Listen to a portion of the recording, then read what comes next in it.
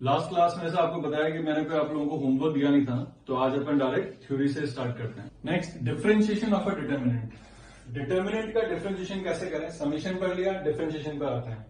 अगर मान लो F x function मेरे को दे रखा है, यहाँ पर कैपिटल एफ एक्स दे रखा है, यहाँ पर F1, F2, F3 और ये सारे आपके पास क्या है, एक्स के फंक्शंस हैं, और आपसे कहा गया है कि इसको डिफरेंशिएट करके बताओ। तो इसको जब आप डिफरेंशिएट करोगे विद रिस्पेक्ट टू एक्स, तो आपके पास क्या होगा, यहां पर एट अ टाइम जो डिफरेंशिएशन होगा वो एक ही रो का होगा, बाकी दो रो आपके पास क्या रहेंगी, सेम रहेंगी। तो ये बन जाएगा F1 डैश में एक्स ऑफ एक्स, दोबारा नहीं लगा रहा हूं, वो फंक्शन एक्स के ही चल रहे हैं। एक रो डिफरेंशिएट कर दो F2x F3, और बाकी आपके पास G1 G2 G3 H1 H2 H3, इनमें कोई चेंज नहीं आएगा। अब फर्स्ट रो डिफरेंशिएशन हो गई, अब फर्स्ट रो को सेम कांस्टेंट रखो, थर्ड रो को कांस्टेंट रखो, और सेकंड रो को डिफरेंशिएट कर लेते हैं। F1 F2 F3 G1 dash G2 dash G3 dash और H1 H2 H3 प्लस, अब आपके पास फर्स्ट और सेकंड रो को सेम रख लो, F1 F2 F3 G1 G2 G3 H1 dash H2 dash and H3 dash. तो डिटर्मिनेंट को expand करना बड़ा इजी, आपको डिफरेंशिएशन करना बड़ा इजी है कि एट अ टाइम एक ही रो डिफरेंशिएट होगी और बाकी दो रो क्या रहेंगी आपके पास, सेम चलेंगी। तो जैसे मैंने पहली रो को डिफरेंशिएट करा तो सेकंड और थर्ड रो सेम रही, फिर सेकंड रो को जब डिफरेंशिएट करा तो फर्स्ट और थर्ड रो को कुछ भी नहीं करा, फिर थर्ड रो डिफरेंशिएशन होगी तो फर्स्ट रो और सेकंड रो में कोई चेंज नहीं आएगा। Similarly we can differentiate our determinant column wise also, और वहां पर भी कॉलम वाइज में भी क्या होगा, एट ए टाइम एक कॉलम डिफरेंशिएट होगा, दोनों अलग दो सेम रहेंगे, तो 3 बार डिफरेंशिएशन आपको अलग अलग करना पड़ेगा। इसको अपन ऐसे देख सकते हैं कि डिफरेंशिएशन ऐसा क्यों आया। आपको अगर ध्यान हो तो अगर अपने पास कोई भी फंक्शन f इंटू जी इंटू एच का अगर आपको डेरिवेटिव निकालना होता है, तो डेरिवेटिव कैसे निकालते हो आप, एट ए टाइम एक का डिफरेंशिएशन करते हैं और दो आपके पास क्या चलते हैं, सेम चलते हैं। तो ये आपके पास क्या हो जाएगा, इस तरीके से 3 बार डिफरेंशिएट करना पड़ता है आपको। तो वही चीज यहां होती है एक्चुअली, जब आप डिटरमिनेंट को एक्सपेंड करोगे ना, तो इसके अंदर 6 टर्म्स आएंगे आपके पास, और हर टर्म के अंदर 3 टर्म मल्टीप्लाई होती हैं, और तीनों आपके पास एक्स के फंक्शंस हैं। तो आपके पास अपने आप क्या होगा, वो हर टर्म 3 टर्म्स में डिफरेंशिएशन में अलग अलग हो जाएगी। तो उसको आप सिंप्लीफाई करोगे तो आपको ऐसा लगेगा कि एट ए टाइम आपने एक रो डिफरेंशिएट करी है और दो रो को आप क्या कर रहे हो, सेम मान के चल रहे हो। तो ये उसी तरह के डिफरेंशिएशन आप याद रख सकते हो कि फर्स्ट रो डिफरेंशिएट करो तो सेकंड और थर्ड रो को सेम चल लो, सो ऑन प्रोसीड करते जाओ। इंटीग्रेशन ऑफ ए डिटर्मिनेंट देखते हैं अपन क्या होता है। जिस तरीके से अपन समेशन ऑफ ए डिटर्मिनेंट करते हैं वही इंटीग्रेशन है, क्योंकि इंटीग्रेशन का मतलब भी क्या होता है, छोटे छोटे स्मॉल पार्ट्स को अपन क्या करते हैं, ज्वाइन कर देते हैं। तो वही चीज हो गई कि अगर एफ एक्स फंक्शन आपके पास F X G x H x, और जहां पर A1 B1 C1 A2 B2 C2 अगर इंडिपेंडेंट ऑफ एक्स हैं, तो इसका अगर आप इंटीग्रेशन करोगे A to B capital F X G X, तो इंटीग्रेशन उस पर्टिकुलर रो या पर्टिकुलर कॉलम में लग जाएगा जहां पर एक्स का फंक्शन होगा। अगर एक्स का फंक्शन, ध्यान रखना, वापस बोल रहा हूं, सुन लो, अगर एक्स का फंक्शन एक ही रो या एक ही कॉलम में है तो वो इंटीग्रेशन उसी रो या उसी कॉलम में जाके लग जाएगा। लेकिन अगर एक से ज्यादा रो में या कॉलम में हुआ तो first expand the determinant and then use the integration. अच्छा, इंटीग्रेशन का अभी अपन कोई क्वेश्चन नहीं ले रहे हैं ना आपकी शीट में अभी तक, क्योंकि अभी अपन क्या कर रहे हैं, इंटीग्रेशन अपन ने पूरा पढ़ा नहीं है तो उसकी प्रॉपर्टीज पता नहीं है। लेकिन ध्यान रखो कि इंटीग्रेशन अगर करना पड़े तो उसको अपन समेशन की तरह ही यूज करते हैं। तो समेशन उसी रो में लगता है या इंटीग्रेशन उसी रो या उस कॉलम में लगेगा जहां पर एक्स का फंक्शन होगा, नहीं तो एक्सपेंड करो और फिर उसके बाद इंटीग्रेट करना पड़ेगा आपको। डिटरमिनेंट का क्वेश्चन लेते हैं। इफ डेल्टा 1 डेल्टा 2 दो जो आपको डिटरमिनेंट दे रखे हैं, तो आपसे पूछा गया then find the value of delta 1 minus delta 2। तो एक तो तरीका ये हो सकता है कि आप दोनों डेल्टा 1 डेल्टा 2 को आप एक्सपेंड कर दो, जो वैल्यू आया दोनों का डिफरेंस ले लो। ये मेथड तो आपके पास हमेशा ही है, लेकिन एक थोड़ा सा ध्यान दो, यहाँ पर डेल्टा 1 और डेल्टा 2 में जो भी एलिमेंट्स है वो 9 के 9 एलिमेंट सेम है, सिर्फ वो रो और कॉलम में थोड़े से जम्बल्ड फॉर्म में लिखे हुए हैं। तो ऐसे जब क्वेश्चन होते हैं तो क्या करते हैं, एक डिटर्मिनेंट को तो आप फिक्स कर दो, इसको चेंज मत करो, दूसरे को रो ट्रांसफॉर्मेशन, मतलब या तो दो रो इंटरचेंज या दो कॉलम इंटरचेंज करके दूसरे वाले डिटरमिनेंट को उसकी फॉर्म में लाने की कोशिश करो। मान लो मैं डेल्टा 2 को फिक्स कर देता हूं और डेल्टा 1 में मैं ऑपरेशन लगाना चालू करता हूं। सबसे पहले डेल्टा 2 का फर्स्ट रो में एबीसी है, जो कि यहाँ पे सेकंड रो में है। तो इसके अंदर अगर मैं ऑपरेशन लगाता हूं कि R2 गोज टू, मतलब R2 और R1 को मैं क्या करता हूं, यहाँ पर इंटरचेंज कर लेता हूं, तो R2 और R1 को इंटरचेंज करूंगा तो डेल्टा 1 आ जाएगा, माइनस टाइम्स रो इंटरचेंज करेंगे तो माइनस टाइम्स आएगा, ABC 1 2 3 7 8 9 ये वैल्यू आ गई। तो अब डेल्टा 1 की फर्स्ट रो और डेल्टा 2 की फर्स्ट रो मैच करनी, डेल्टा 2 की सेकंड रो है 8 9 7 8 9 जो कि वहां पे थर्ड रो है, तो वापस क्या करूं, R2 और R3 को फिर इंटरचेंज करता हूं, तो एक बार और इंटरचेंज करा तो माइनस माइनस हो जाएगा प्लस, ये बन जाएगा ABC 1 2 3 ये सॉरी 1 2 3 अपन ने सेकंड और थर्ड रो को इंटरचेंज करा दिया, हो गया 7 8 9 और ये हो गया 1 2 3, तो माइनस माइनस प्लस, तो ये वैल्यू क्या हो गया आपके पास डेल्टा 2, तो इसका मतलब डेल्टा 1 माइनस डेल्टा 2 क्या आ गया आपके पास 0 आ गया, ये इसका आंसर हो गया। तो ये एक इंपॉर्टेंट कंसेप्ट है, ध्यान रखना कि अगर दो डिटर्मिनेंट में अगर आपके पास एग्जैक्टली सेम वैल्यूज हैं तो दो रो या दो कॉलम को आपको इंटरचेंज करते हुए एक डिटर्मिनेंट को दूसरे डिटर्मिनेंट की फॉर्म में लाना है, और हर एक बार जब आप दो रो को इंटरचेंज या दो कॉलम को इंटरचेंज करोगे तो माइनस साइन लगाते जाना, माइनस साइन लगाना मत भूलना, तो आराम से सिंप्लीफाई हो जाएगा, उसका आंसर आ जाएगा। Find the value of following determinants, following determinants की वैल्यू निकालनी है, तो वापस एक तरीका आपके पास हमेशा है कि एक्सपेंड कर लो वैल्यू निकाल दो, लेकिन हमेशा आप पहले प्रॉपर्टी लगाने की कोशिश करोगे।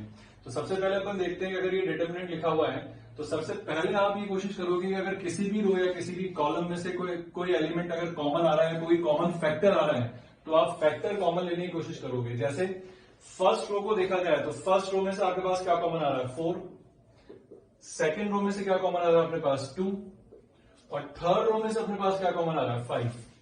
तो ये जब कॉमन आ चुका है तो अब अपने पास देखते हैं फर्स्ट रो क्या बन गई आपके पास, तो फर्स्ट रो आपके पास हो जाएगी 4 कॉमन रहेगा 1 2 4, सेकेंड ले लिया आपके पास 1 2 कॉमन ले लिया 4 2, थर्ड में से अपन ने 5 कॉमन लिया है तो 1 2 एंड 4।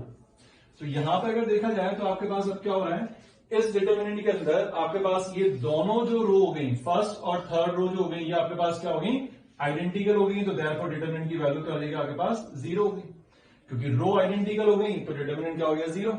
डायरेक्ट देख लेते हैं तो ये फर्स्ट और थर्ड रो प्रोपोर्शनल भी हैं, तो डायरेक्ट भी बोल सकते थे कि वो 0 हो जाएगा। सेकंड में अब ये लिखा हुआ डिटर्मिनेंट, तो पहले इसमें फिर कोशिश करते हैं कि क्या कोई चीज कॉमन आ रही है क्या, तो पहले आपके पास देखा जाए तो फर्स्ट रो में इसमें से अपने पास क्या कॉमन आ जाएगा बी कॉमन आ जाएगा, बी कॉमन आने के बाद यहाँ क्या बचेगा आपके पास बी माइनस ए, इसमें से कॉमन आ जाएगा ए, तो बच जाएगा सॉरी बाहर नहीं निकालते हैं इसको पहले, अपन ने यहाँ पर क्या करा है इसमें से b कॉमन लिया तो डिटर्मिनेंट के अंदर ही रहेगा, तो b कॉमन लिया तो यहाँ बच गया b माइनस ए, इसमें से a कॉमन ले लिया तो यहाँ पर बच गया आपके पास b माइनस ए, यहां से c कॉमन लिया तो बच गया b माइनस ए, ये सिंपल इसमें कुछ कॉमन आ ही नहीं रहा c माइनस ए। फर्दर इसमें से फिर c यहां पर कॉमन आया तो यहां बच गया आपके पास b माइनस ए, b कॉमन आया b माइनस ए, और यहां पर वापस a कॉमन लिया तो बच गया b माइनस ए। अब फिर फर्दर देखते हैं कि फर्स्ट कॉलम में आपके पास b माइनस ए का फैक्टर कॉमन आ गया, थर्ड कॉलम में आपके पास b माइनस ए का फैक्टर कॉमन आ गया, इसका मतलब बाहर क्या हो जाएगा b माइनस ए का होल स्क्वायर, b माइनस ए का होल स्क्वायर बाहर आने के बाद डिटर्मिनेंट आपके पास क्या बचता है, यहां बच रहा है b a c, ये आपके पास वापस क्या है b minus C a minus b, और ये आपके पास लिखा हुआ है c माइनस ए। नेक्स्ट जो आपके पास लिखा हुआ है इसमें से भी बी माइनस ए कॉमन आ गया तो यहां क्या बच जाएगा सी बी ए। अब ये जो आपके पास डिटर्मिनेंट बन रहा है, इस डिटर्मिनेंट में अगर ढंग से देखा जाए आपके पास तो अब कोई चीज कॉमन तो नहीं आ रही, तो अब अपन क्या करेंगे वो वाली प्रॉपर्टी लगाने की कोशिश करेंगे जिसके अंदर कोई भी दो रो आपके पास क्या बन जाए, या मैक्सिमम जीरोस लाने की कोशिश करेंगे, या कोई भी दो रो आपके पास आइडेंटिकल या फिर दो कॉलम आइडेंटिकल आ जाए क्या, और वो कैसे लगाएंगे, या तो कोई भी दो रो को आपस में ऐड या सपरेट करके देखो, या दो कॉलम को आपस में ऐड सपरेट करके देखो। तो सेकंड कॉलम को अगर अपन ढंग से देखें तो लिखा है b माइनस सी ए माइनस बी और c माइनस ए, जबकि फर्स्ट रो और थर्ड रो को अगर एक साथ देखा जाए तो b माइनस सी हो सकता है, a माइनस बी हो सकता है, c माइनस ए हो सकता है। इसका मतलब यहां पर मैं एक ऑपरेशन लगा सकता हूं, किसके अंदर ऑपरेशन लगाऊंगा C1 कॉलम के अंदर, C1 column goes to C1 minus C3, तो C1 कॉलम के अंदर अगर मैंने C1 माइनस C3 अगर मैंने ऑपरेशन लगा दिया, ये ऑपरेशन अगर मैं लगा देता हूं इसके बाद, तो ये वैल्यू बन जाएगी b माइनस ए का होल स्क्वायर, और यहां पर अब आपके पास क्या आ जाएगा b माइनस सी, ए माइनस बी सी माइनस ए। सेकेंड कॉलम वापस वही लिखा हुआ है बी माइनस सी ए माइनस बी सी माइनस ए। थर्ड कॉलम हो गया सी बी ए। वापस ये दोनों कॉलम क्या हो गए, फिर आइडेंटिकल हो गए। तो ये फिर अगर आइडेंटिकल हो चुके हैं आपके पास, तो यहां पर इस डिटरमिनेंट की वैल्यू वापस क्या देगी आपके पास, 0। ये इसका आंसर हो गया। चलो पर अब थर्ड क्वेश्चन पर चलते हैं अपने, कि थर्ड क्वेश्चन लिखा हुआ है कि ये डिटरमिनेंट दे रखा है, इसकी वैल्यू निकालनी है, लेकिन अब इस डिटरमिनेंट के अंदर कोई वैल्यू जो है वो कॉमन तो आ नहीं रही है। अब कॉमन नहीं आ रही है तो अपने को एक हिंट यहां से दिख रही है, फटाफट देखो कि आपके पास डायगोनल एलिमेंट सारे के सारे क्या हो गए, 0 हो गए। और ये इस डिटरमिनेंट का ऑर्डर क्या है, 3 ऑड है। और ढंग से देखो, अगर ये q माइनस पी है तो ये ये p माइनस क्यू, तो ये क्या लिखा हुआ है q माइनस पी। इसका आगे दोनों क्या आपस में एक दूसरे के नेगेटिव। ये p माइनस आर है तो ये r माइनस पी, ये भी नेगेटिव और ये भी एक दूसरे का नेगेटिव, और डायगोनल एलिमेंट 0 है। तो बताओ कौन सी मैट्रिक्स हो गई है, कौन सा डिटरमिनेंट हो गया, स्क्यू सिमेट्रिक मैट्रिक्स का डिटरमिनेंट हो गया। और अपन पहले पढ़ चुके हैं skew symmetric matrix of odd order has determinant value 0। तो इसकी वैल्यू क्या हो जाएगी, 0 हो जाएगी, क्योंकि आपके पास ये क्या हो गया, स्क्यू सिमेट्रिक मैट्रिक्स का आपके पास ये स्क्यू सिमेट्रिक मैट्रिक्स का डिटरमिनेंट है, जो कि उसकी वैल्यू क्या होगी आपके पास 0 ही होगी। नेक्स्ट डिटरमिनेंट देखते हैं, 1 1 1 A B C A square B square C square. अब इस डिटरमिनेंट में कहीं से भी कोई भी एलिमेंट कॉमन नहीं आएगा, लेकिन आपको किसी भी रो या किसी भी कॉलम में अगर 3 जगह 1 दिख जाए तो सबसे इजीएस्ट वे है कि किसी भी एक 2 जगह पे क्या करेंगे अपन 0 बना लेंगे। और जब 2 जगह आप 0 बनाओगे तो आप क्या करोगे, जैसे अगर मैं इसमें रो को अगर आपस में सेपरेट करता हूं तो 0 नहीं बनेगा, तो अगर कॉलम को अगर आपस में सेपरेट करोगे तो आपके पास 0 बन जाएगा। और 0 क्यों बना रहे हैं अपन, ताकि डिटरमिनेंट सिंप्लीफाई हो जाए, और जितने ज्यादा एलिमेंट डिटरमिनेंट के अंदर 0 रहेंगे डिटरमिनेंट को सॉल्व करना उतना ही आसान होता है। तो इसके अंदर अगर अपन पहला ऑपरेशन लगा देते हैं कि जैसे मैं क्या करता हूं, थर्ड कॉलम को मैं यहां पे क्या कर रहा हूं, कुछ भी चेंज नहीं करूंगा। तो मैं किसमें ऑपरेशन लगा रहा हूं, फर्स्ट कॉलम के अंदर। तो first column goes to column 1 minus column 3, and simultaneously मैं यहां पर कॉलम 2 के अंदर भी ऑपरेशन लगा सकता हूं, column 2 goes to column 2 minus column 3।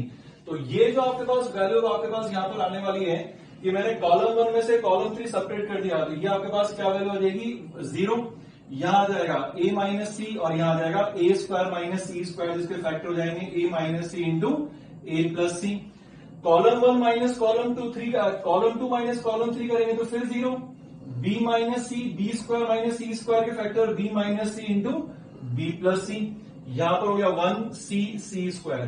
अच्छा, अब यहां पर आपके पास फर्स्ट कॉलम में से क्या कॉमन आ गया, a माइनस सी, और सेकंड कॉलम में से आ गया b माइनस सी। तो यहां पर आ गया a minus c, b minus c common आ गया, और यहां पर बच गया आपके पास 0 1 c a plus c, 0 1 b plus c, 1 c c square. अब ये जो डिटरमिनेंट आपके पास बना है, इसमें अब और ये एलिमेंट अब कैसे भी 0 नहीं आ सकता, लेकिन अब इसको सिंप्लीफाई करना बहुत आसान हो गया। अब आप इसको कॉलम 1 के अबाउट एक्सपेंड कर दो। कॉलम 1 के अबाउट जब एक्सपेंड करोगे तो एलिमेंट इंटू कोफैक्टर, इन दोनों में तो एलिमेंट ही 0 है, तो कोफैक्टर तो आएगा नहीं, तो सीधा सा अपन क्या करेंगे, यहां पर दिस एलिमेंट इंटू इसका कोफैक्टर, और ये एलिमेंट की कौन सी पोजीशन है A13, तो इसका कोफैक्टर क्या आएगा पॉजिटिव, तो डायरेक्ट वो क्या आ जाएगा माइनस ही आपके पास आंसर में आएगा। तो यहां पर ये वैल्यू देगी आपके पास a minus C, B minus c, और इसको जब आप सॉल्व करोगे तो ये क्या आएगा 1 इंटू, तो ये आपके पास वैल्यू बनेगी 1 इंटू ये वैल्यू बनेगी b plus C minus a minus सी।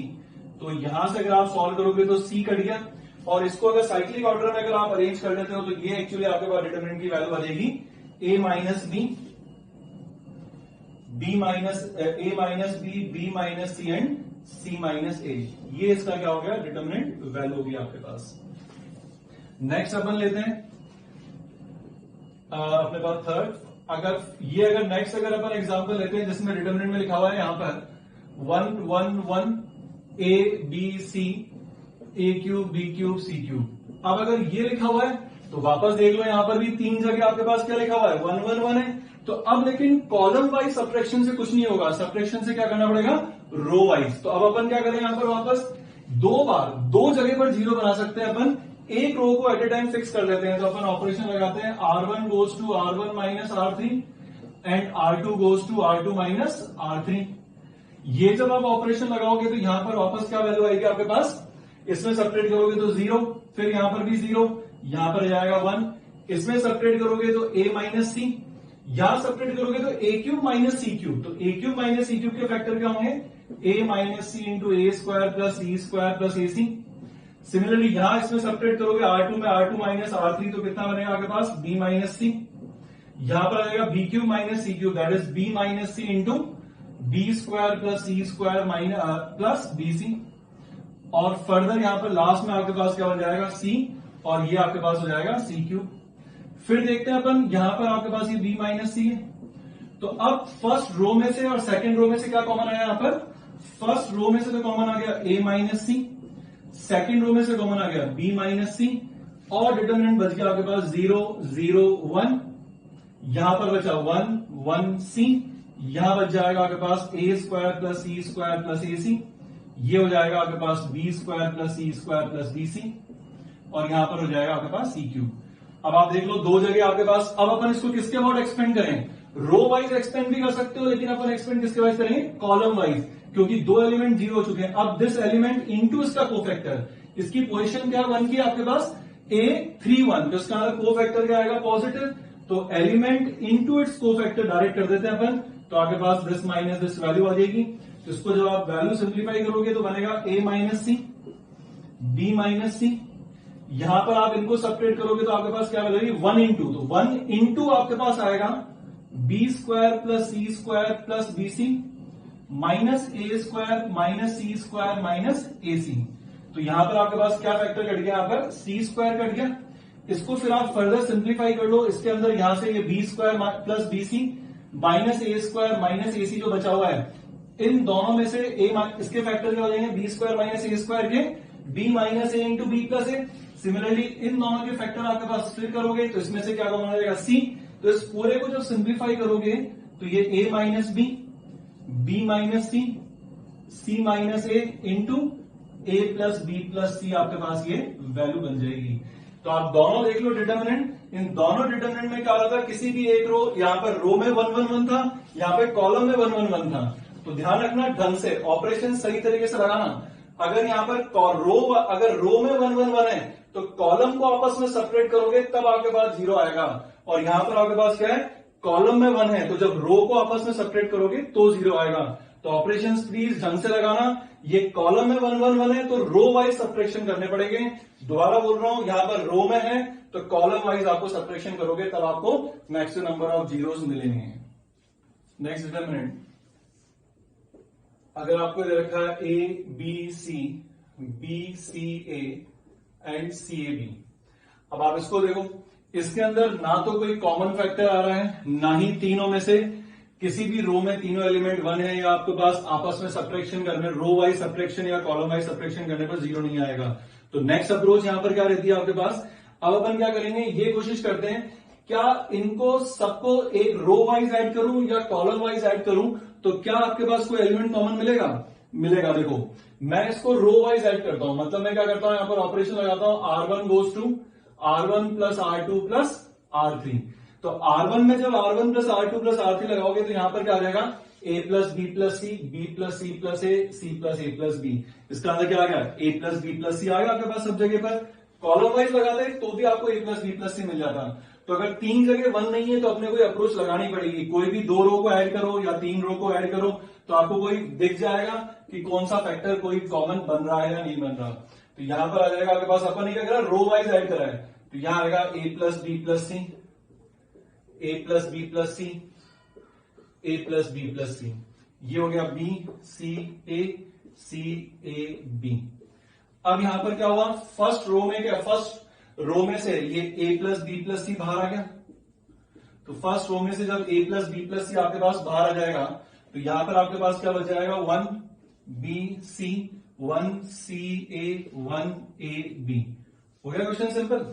अब वापस 3 जगह 1 दिखने लग गए तो फटाफट क्या करोगे यहां पर बताओ, रो में आपको 1 1 1 दिख रहा है तो कॉलम वाइज सब्ट्रैक्शन लगा लो। तो किसी भी एक कॉलम को फिक्स कर लो कि उसमें कोई चेंज नहीं करेंगे। तो थर्ड कॉलम फिक्स करता हूं, तो C1 में C1 minus C3 and C2 goes to C2 minus C3। ये ऑपरेशन लगाते हैं। जब ये ऑपरेशन लगाओगे तो बन जाएगा A plus B plus C into आपके पास क्या वैल्यू आएगी, इसमें सब्ट्रैक्शन लगाओगे तो 0, यहां आ जाएगा बी माइनस ए, यहां आ जाएगा c minus b, 0 c minus a minus b, 1 A B. अब देख लो वापस रो वाइज एक्सपेंड करो, 1 इंटू क्या होगा आपके पास, ये दोनों मल्टीप्लाई हो जाएंगे, तो इसमें डिटरमिनेंट की वैल्यू क्या आएगी, बाहर ए प्लस बी प्लस सी तो आ ही चुका है, अंदर आपके पास एलिमेंट, यहां पर कौन सा एलिमेंट है, एलिमेंट इंटू इट्स कोफैक्टर, तो 1 इंटू कोफैक्टर क्या आएगा, ये b माइनस ए और ये a माइनस बी, तो minus times a minus B का होल स्क्वायर, माइनस इन दोनों को मल्टीप्लाई कर लेते हैं, c माइनस ए इंटू सी माइनस बी, ये वैल्यू आ गई। इस पूरे में से माइनस कॉमन ले लेता हूं, a प्लस बी प्लस सी, तो अंदर हो जाएगा ए square plus B square minus 2ab, ये हो जाएगा प्लस सी स्क्वायर, अपन ने माइनस कॉमन ले लिया तो माइनस सी बी माइनस ए सी, और ये क्या हो गया minus minus plus A B. तो ये आपके पास वैल्यू जो आई है, इसमें आपके पास ये क्या बन गया, minus times a plus B plus सी, और अंदर आ गया a square plus B square plus C square minus A B minus B C minus c ए, ये वैल्यू आ गया आपके पास। और ये वैल्यू क्या होती है, minus times a cube plus B cube plus C cube minus 3abc, तो ये आपके पास क्या आ गया, इसका आंसर आ गया।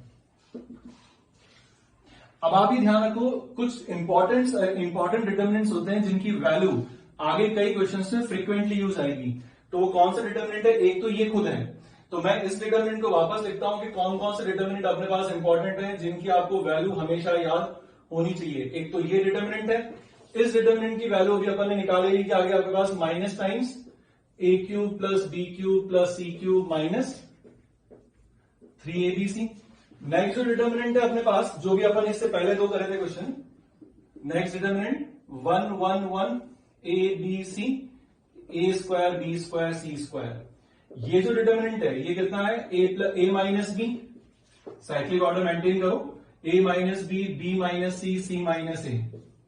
नेक्स्ट जो इंपॉर्टेंट है आपको जो याद रखना है डिटर्मिनेंट, वो कौन सा हो गया, वो भी अभी अपन ने प्रूव करा था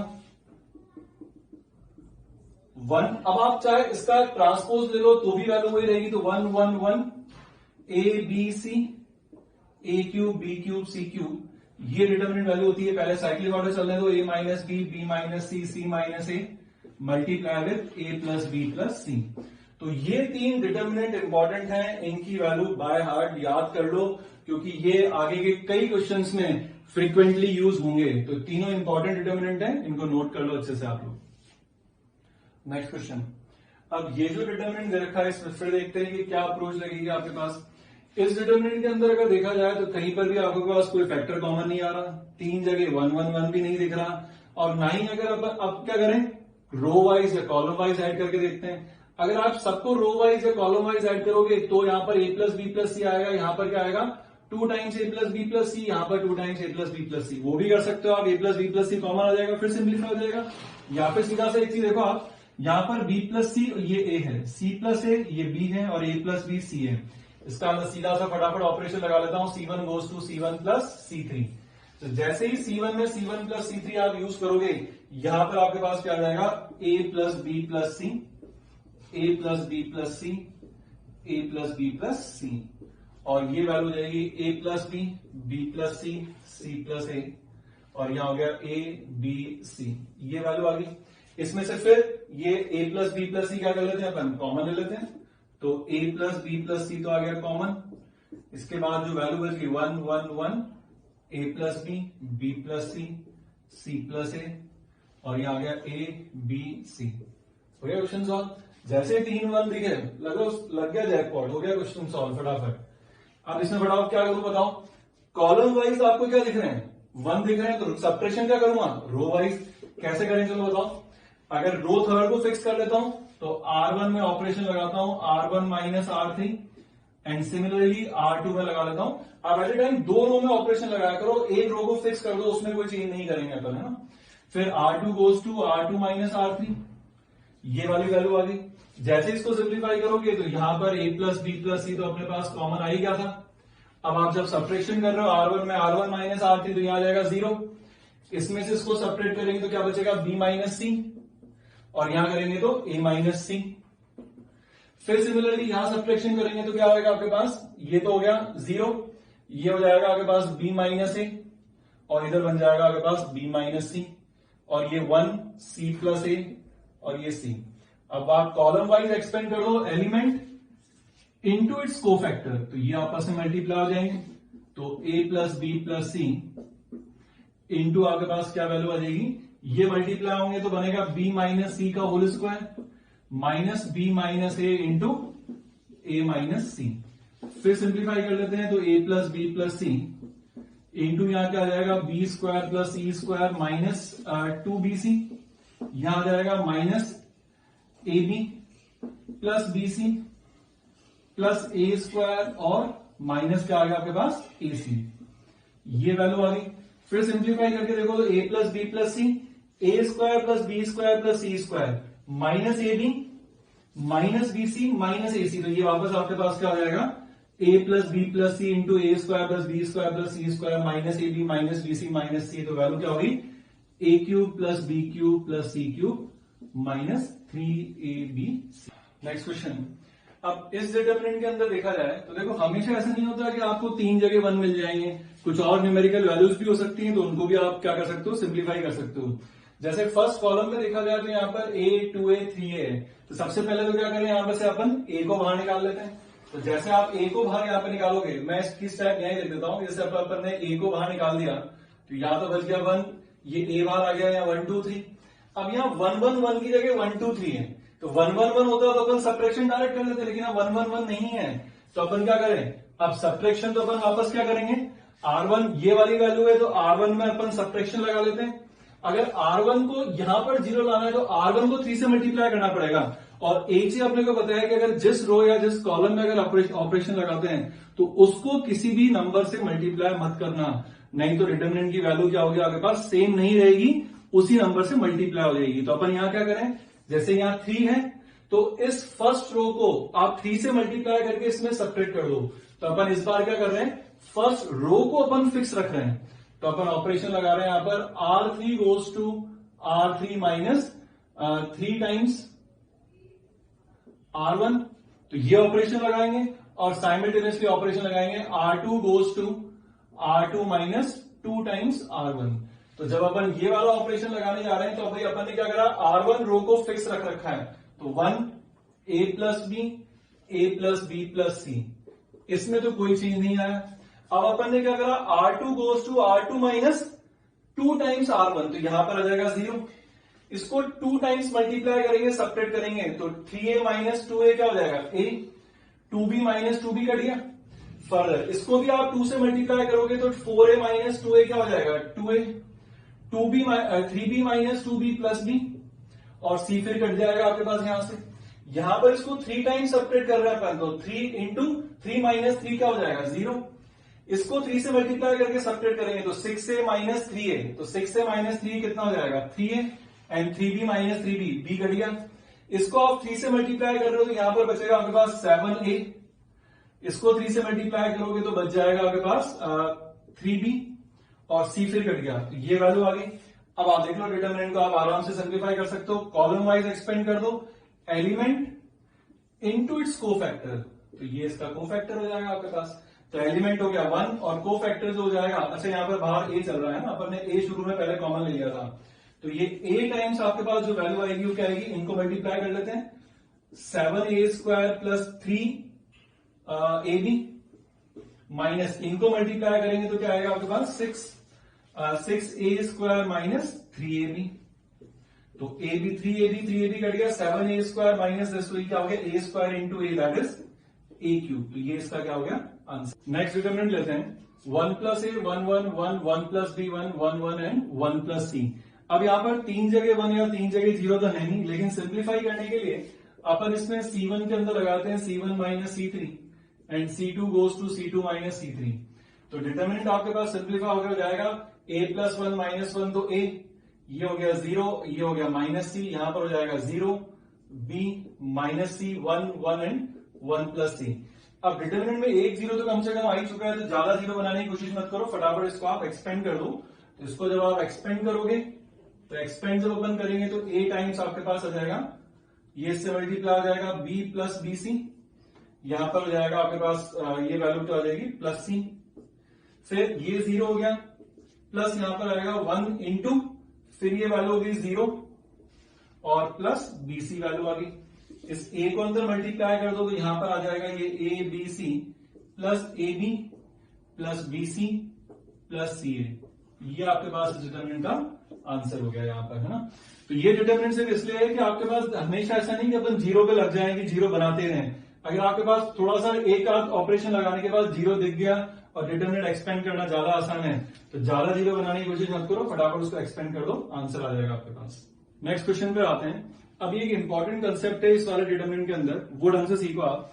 अब यहां पर देखो, आप फर्स्ट रो के अंदर अगर देखा जाए तो फर्स्ट रो में से आप यहां क्या कर सकते हो, ए एलिमेंट कॉमन ले सकते हो, लेकिन ए एलिमेंट यहां पर नहीं है। सेकंड रो में से बी कॉमन आ सकता है, लेकिन बी यहां नहीं है। थर्ड रो में से सी कॉमन आ सकता है, लेकिन सी यहां नहीं है।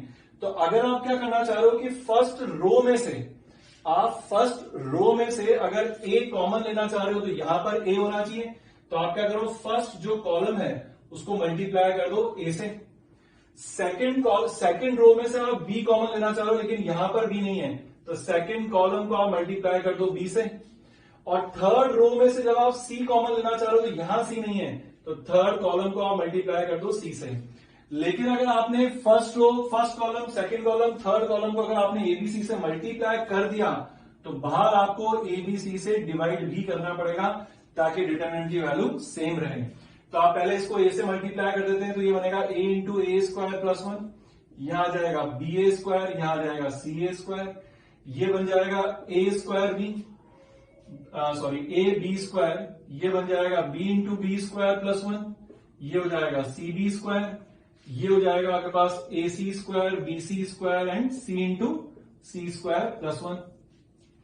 फर्दर अब आपको जो करना था कि फर्स्ट रो में से ए बाहर निकालना था, तो फर्स्ट रो में से अब आप ए बाहर निकाल लोगे, सेकंड रो में से बी बाहर निकाल लो और थर्ड रो में से आप सी बाहर निकाल लो। तो अब जो आपके पास first row, second row, third row में से अगर ए बी सी बाहर आ गया तो A B C upon A B C ये तो कट गया। डिटरमिनेंट जो आपके पास बन जाएगा ये बन जाएगा ए स्क्वायर प्लस 1 बी स्क्वायर सी स्क्वायर, फिर यहां पर आ जाएगा आपके पास A square B square plus 1 C square A square B square and C square plus 1। अब ये डिटरमिनेंट में देखो, a row column wise multiply करा और रो वाइज वापस बाहर निकाल लिया, तो एबीसी से एबीसी तो कट गया, लेकिन अब डिटरमिनेंट आपके पास से सिंप्लीफाई हो गया। अब आप इसमें कॉलम वाइज ऐड कर दो, मतलब C1 गोज टू C1। अब आप यहां पर क्या करना, नेक्स्ट ऑपरेशन लगाना, C1 goes to C1 plus C2 plus C3। जैसे आप ये ऑपरेशन लगाओगे तो फर्स्ट कॉलम के अंदर आपके पास आ जाएगा ए square plus 1 plus B square plus सी। तो इस पूरे में से अपने पास 1 plus A square plus B square plus C square common आ जाएगा। जो फर्स्ट कॉलम बचेगा वो फर्स्ट कॉलम आपके पास क्या बच जाएगा, 1 1 1। फिर उसके बाद यहां पर बी स्क्वायर, यहां बी स्क्वायर प्लस 1, यहां B square C square and C square plus 1। अब 3 जगह 1 आ गए तो क्वेश्चन इजीली सॉल्व हो जाएगा आपके पास कि R1 goes to R1 minus R3 and R2 goes to R2 minus R3। तो ये value 1 plus A square plus B square plus C square अब आपके पास यहां वैल्यू क्या आ जाएगी, ये हो जाएगा 0, ये इसमें सब्ट्रैक्ट करोगे 0, यहां हो गया -1 0, ये हो गया 1 और ये हो गया -1, फिर यहां पर 1 बी स्क्वायर सी स्क्वायर प्लस 1। अब आप इसको इजीली इसके अलॉन्ग अब आप क्या कर दो, यहां पर एक्सपेंड कर दो, या 1 के अलॉन्ग आप एक्सपेंड कर दो, तो ये वैल्यू देगी 0 -1। तो ये आपके पास क्या हो गया, 1 plus A square plus B square plus C square, ये इस डिटरमिनेंट का क्या हो गया, आंसर हो गया। तो ये मेथड इंपॉर्टेंट है कि आपको रो वाइज आप एबीसी मल्टीप्लाई करो, कॉलम वाइज एबीसी निकाल लो, या कॉलम वाइज एबीसी मल्टीप्लाई करो, रो वाइज निकाल लो। तो उस तरीके से डिटरमिनेंट आपके पास काफी एक्सटेंट तक सिंप्लीफाई हो जाता है। Next question. अब इसमें भी आपको जो डिटरमिनेंट दे रखा है, इसमें फिर अपन देखते हैं कि क्या कोई एलिमेंट कॉमन आ सकता है क्या।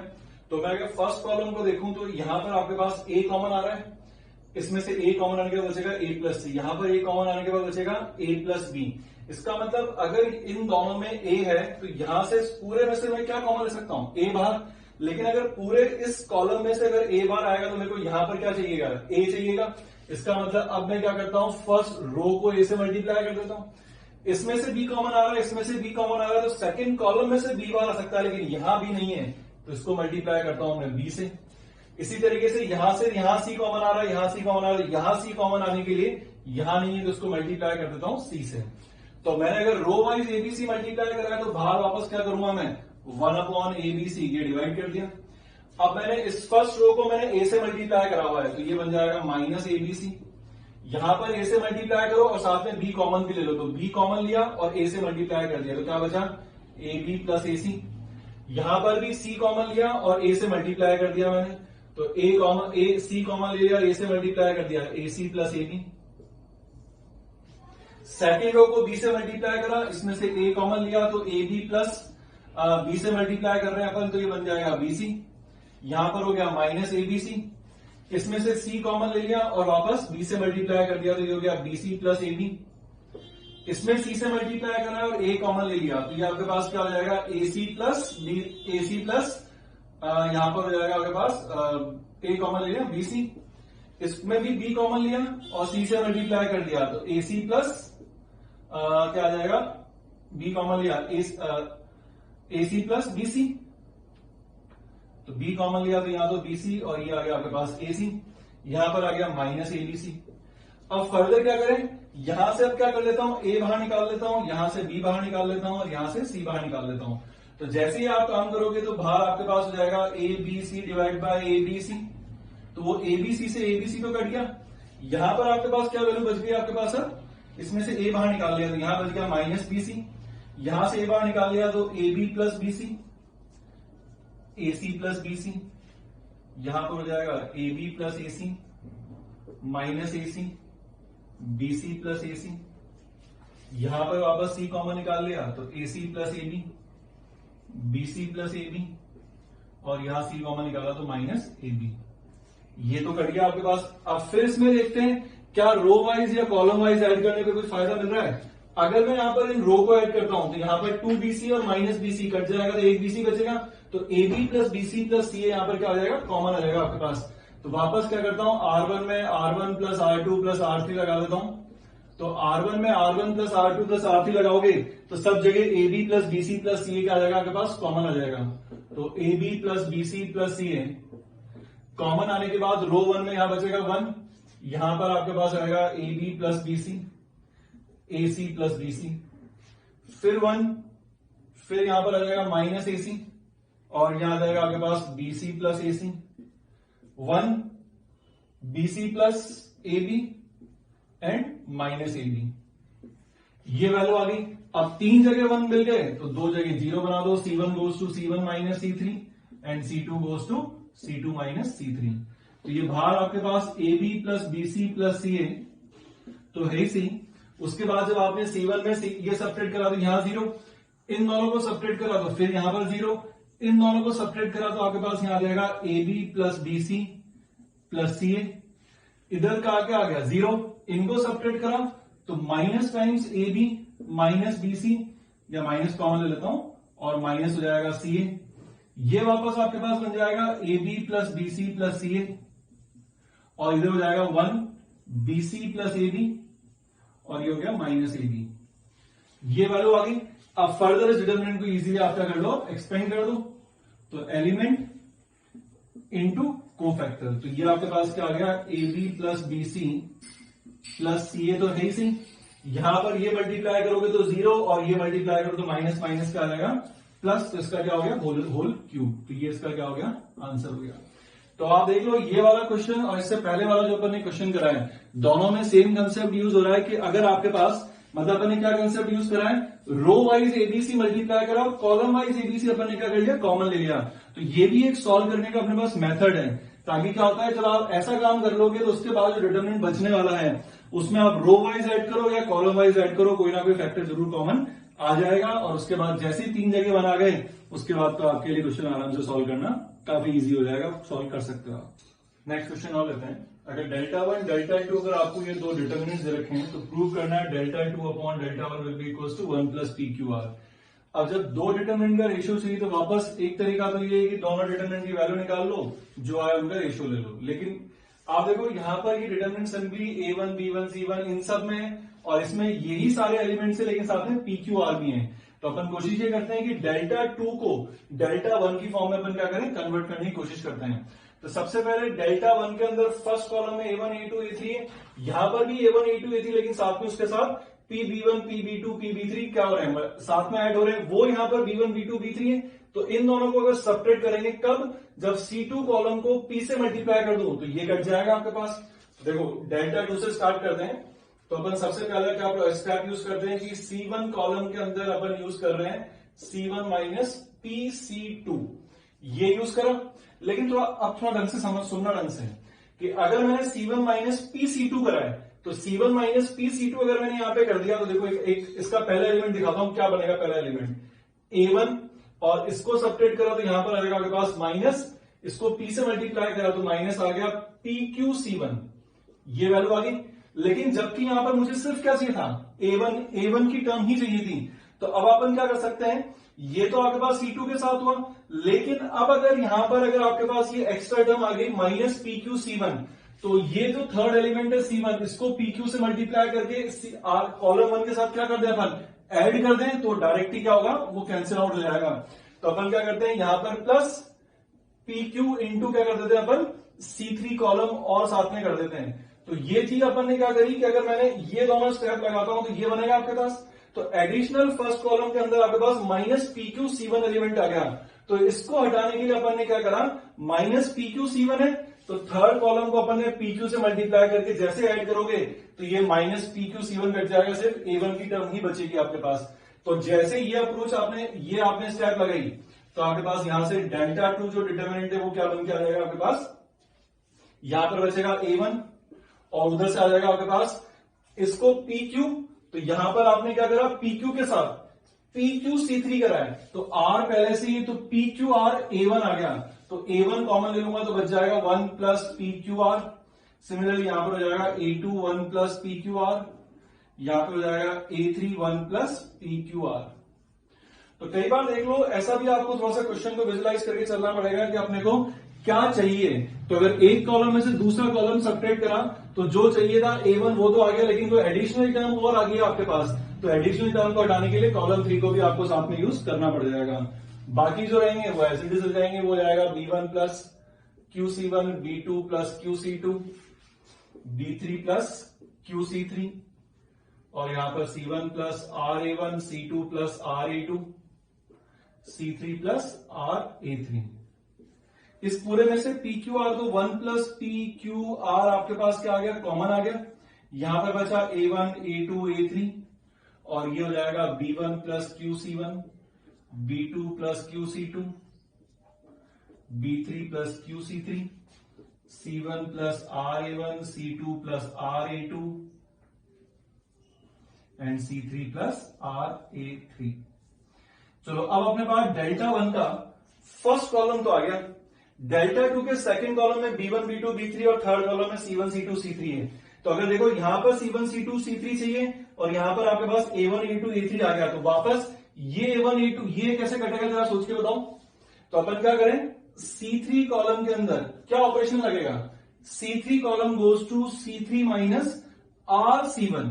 जैसे आप C3 के अंदर C3 माइनस RC1 लगाओगे, अपने आप क्या होगा, C1 और ये वाली वैल्यू कट जाएगी। तो आपके पास यहां से अब जो डिटरमिनेंट आने वाला है वो डिटरमिनेंट क्या आएगा आपके पास, अब डेल्टा 2 जो डिटरमिनेंट है जिसमें 1 प्लस PQR तो आप कॉमन ले चुके हो। तो जैसे फर्स्ट कॉलम आपके पास ये मिल ही गया, A1, A2, A3, second column आपके पास हो जाएगा B1 plus QC1, B2 plus QC2, B3 plus QC3, और यहां पर हो जाएगा C1, C2, C3। फर्दर फिर देख लो, अब यहां पर B1, B2, B3 कैसे आएगा, ये QC1, QC2, QC3 कटना चाहिए, तो अपन यहां पर क्या ऑपरेशन यूज कर लें, column 2 goes to column 2 minus Q times C3 column कर देते हैं, ये ऑपरेशन लगा देते हैं।